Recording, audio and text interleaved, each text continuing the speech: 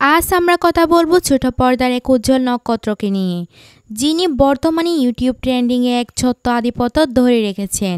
তিনি হলেন নাজনীন নাহার নেহা। হ্যাঁ, এই মুহূর্তে তার অভিনীত দুটি নাটক একসাথে ইউটিউব ট্রেন্ডিংয়ের শীর্ষে রয়েছে। একদিকে গ্রান এবং অন্যদিকে আরও একটি জনপ্রিয় নাটক।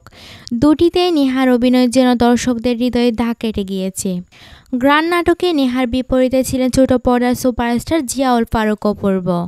10 জুন দুপছায়া এন্টারটেনমেন্টের ইউটিউব চ্যানেলে মুক্তির পর নাটকটি যেন দর্শকপ্রিয়তার সুনামি তুলেছে। নেহা বলেন, আমি খুব বেশি কাজ করি না, তবু দর্শক আমার নাটক দেখেন, এটা আমার জন্য অনেক বড় আশীর্বাদ। সবাইকে আমার ভালোবাসা। এই বিনয়ী মন্তব্যই বলে দেয় এই অভিনেত্রীর যতটুকু অভিনয় প্রতিভা আছে তার চেয়ে বেশি আছে দর্শকের প্রতি ভালোবাসা আর কৃতজ্ঞতা। তবে নাজনীন নাহার নেহার এই যাত্রা শুরু হয় খুব বেশি দিন আগে নয়। মাত্র 2023 সালের ঈদ উল ফিতরের লাভ সেমিস্টার নাটকে অভিনয়ের মাধ্যমে সুবিজে অভিষেক ঘটে তার। এরপর একে একে দর্শকের মন জয় করেছেন মেঘের বৃষ্টি, মায়াবতী, তোমার ওই অপেক্ষায়ের মতো নাটক দিয়ে। তাহলে নেহার এই অল্প সময়ে সাফল্যের রহস্য কী? সংবেদনশীল চরিত্র বেছে নেওয়া, অভিনয়ে বাস্তবতার ছোঁয়া এবং সবশেষে ভক্তদের প্রতি তার অকৃত্রিম শ্রদ্ধা।